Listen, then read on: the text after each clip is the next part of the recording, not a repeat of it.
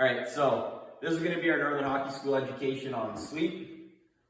I'm going to kind of do a walkthrough of how I would present it with a whiteboard, so you guys have an idea of how you can present it to the kids versus just me pointing to all my notes on OneNote like I did for goal setting. So first thing for sleep to be most important, I like to just ask the kids, what do they know about sleep? Write it all down, let them know that it's like, hey, you're listening to what they know and you're going to try and help them improve. Super basic, 5 to 13, we're looking at 9 to 11 hours of sleep. For 14 plus, we're looking anywhere from 8 to 10 hours. So depending on what group you have, you can pass along that information and just kind of let them know, like, and then kids can check in. Oh, maybe I'm above the limit, maybe I'm way below, and then you just see where they're at. So what I have here is benefits and stages, kind of two little categories to start with.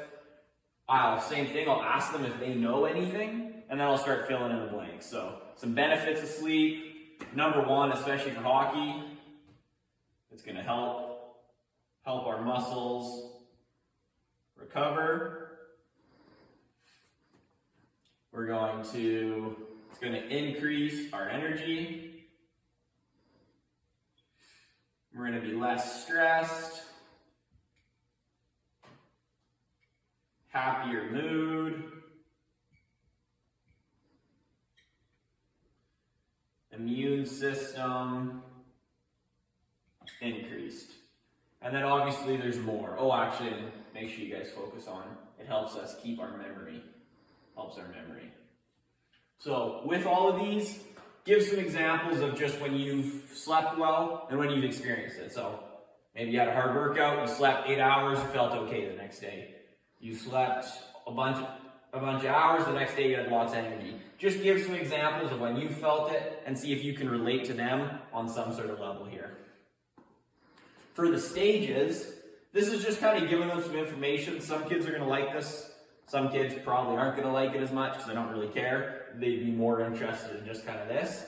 But this is good stuff to go along. So we have 4 stages.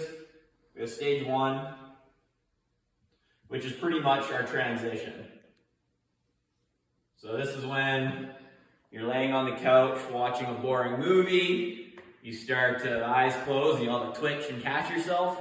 That's what stage 1 is. Kind of your heart rate, your breathing, your eye movement, your muscle activity will all start to lower in this one.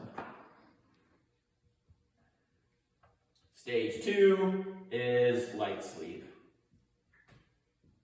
This is where most people spend most of their time in sleep. Your breathing rate's down, all that kind of stuff. Your brain activity's down. Pretty easy to get woken up in this stage as well. But you need to have this all contributes to all this stuff. All these benefits are being achieved in this stage. Stage 3, it used to be kind of stage 3 and 4, but I'm just getting rid of it, is deep sleep.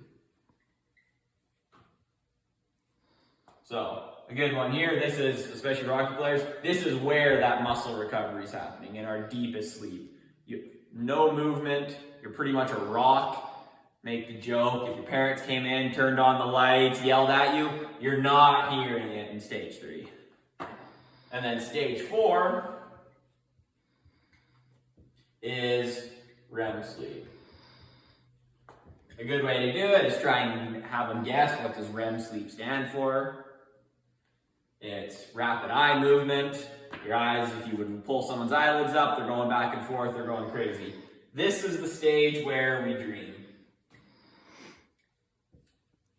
So, and it's also the one that's really correlated with memory. So, it's not just this one, you need stage 4 and 2 and 3 all to help our memory, but this is definitely the one that's in there. Again, heart rate's increase in this one. There's a bunch of stuff going on that you don't really need to go into, but if kids ask, it's good to know some stuff. So those are the kind of the 2 first categories I'd start with. For the dream, ask some kids what their favorite dreams are, all that good stuff. Now we'll get into, so this is just some information, obviously.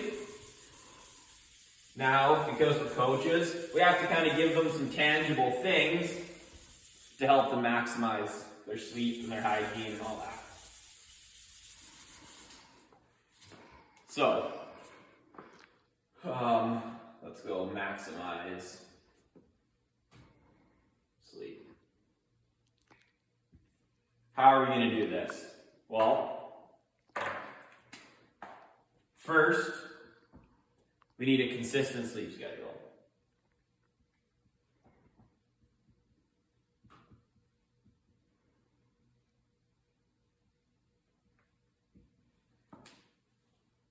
So, just explain to them, that means if you go to bed at 9 on a Monday and you wake up at 8, you do that Monday to Sunday.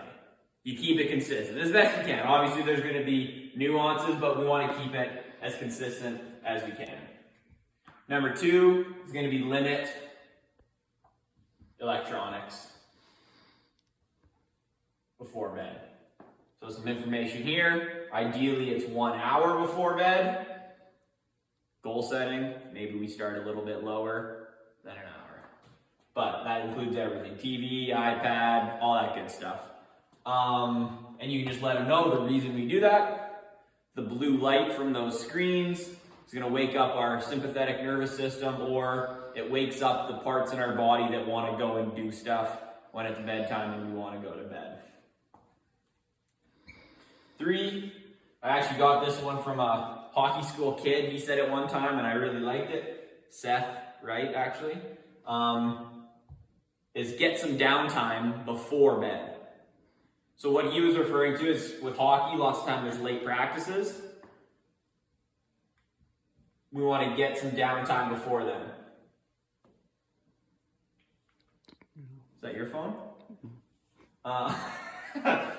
Photographer phone going off here. Last few here, we want to limit